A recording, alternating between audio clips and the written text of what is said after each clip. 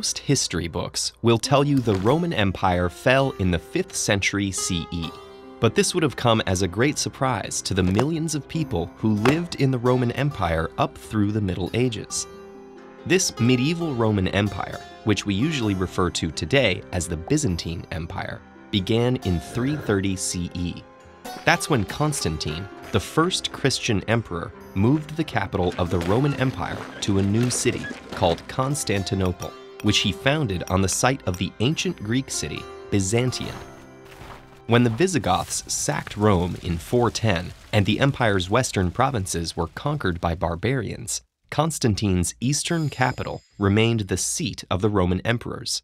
There, generations of emperors ruled for the next 11 centuries. Sharing continuity with the classical Roman Empire gave the Byzantine Empire a technological and artistic advantage over its neighbors, whom Byzantines considered barbarians. In the 9th century, visitors from beyond the frontier were astonished at the graceful stone arches and domes of the imperial palace in Constantinople. A pair of golden lions flanked the imperial throne. A hidden organ would make the lions roar as guests fell on their knees. Golden birds sung from a nearby golden tree. Medieval Roman engineers even used hydraulic engines to raise the imperial throne high into the air. Other inherited aspects of ancient Roman culture could be seen in emperors' clothing, from traditional military garb to togas, and in the courts, which continued to use Roman law. Working-class Byzantines would have also had similar lives to their ancient Roman counterparts. Many farmed or plied a specific trade, such as ceramics, leatherworking, fishing, weaving, or manufacturing silk. But of course, the Byzantine Empire didn't just rest on the laurels of ancient Rome. Their artists innovated, creating vast mosaics and ornate marble carvings. Their architects constructed numerous churches, one of which, called Hagia Sophia, had a dome so high it was said to be hanging on a chain from heaven. The empire was also home to great intellectuals, such as Anna Komnene. As imperial princess in the 12th century, Anna dedicated her life to philosophy and history. Her account of her father's reign is historians' foremost source for Byzantine political history at the time of the First Crusade.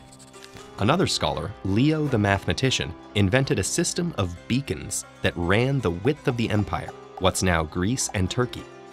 Stretching more than 700 kilometers, this system allowed the edge of the empire to warn the emperor of invading armies within 1 hour of sighting them at the border. But their advances couldn't protect the empire forever. In 1203, an army of French and Venetian crusaders made a deal with a man named Alexios Angelos.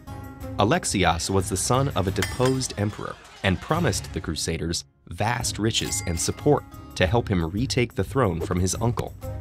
Alexios succeeded, but after a year the population rebelled and Alexios himself was deposed and killed. So Alexios's unpaid army turned their aggression on Constantinople. They lit massive fires which destroyed countless works of ancient and medieval art and literature, leaving about 1/3 of the population homeless. The city was reclaimed 50 years later by the Roman Emperor Michael Palaeologus, but his restored empire never regained all the territory the Crusaders had conquered.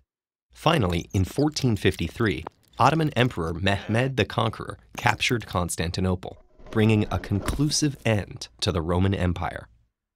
Despite the Ottoman conquest, many Greek-speaking inhabitants of the Eastern Mediterranean continued to call themselves Romans until the early 21st century.